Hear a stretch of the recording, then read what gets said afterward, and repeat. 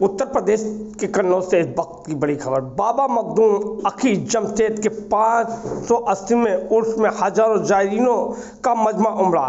देश के अलग अलग हिस्सों से आए जायरीनों और अकीदतमंदों ने यहाँ हाजिरी देकर मन्नतें मांगी। मंगलवार सुबह दरगाह पर मुल्क में अमन व सलामती की दुआएं मांगी गईं। कोतवाल सहित भारी पुलिस फोर्स पहले दिन से मेले की सुरक्षा व्यवस्था में मुस्तैद रहा। आज सुबह फातिहा के बाद मेले में खरीदारी करने वालों की भीड़ उमड़ पड़ी। बाबा मखदूम अकी जमशेद दरगाह कैंपस में ही विशाल लंगर का आयोजन किया गया। लंगर में बने रोटी दाल को अकीदतमंदों ने बड़े चाव से खाया।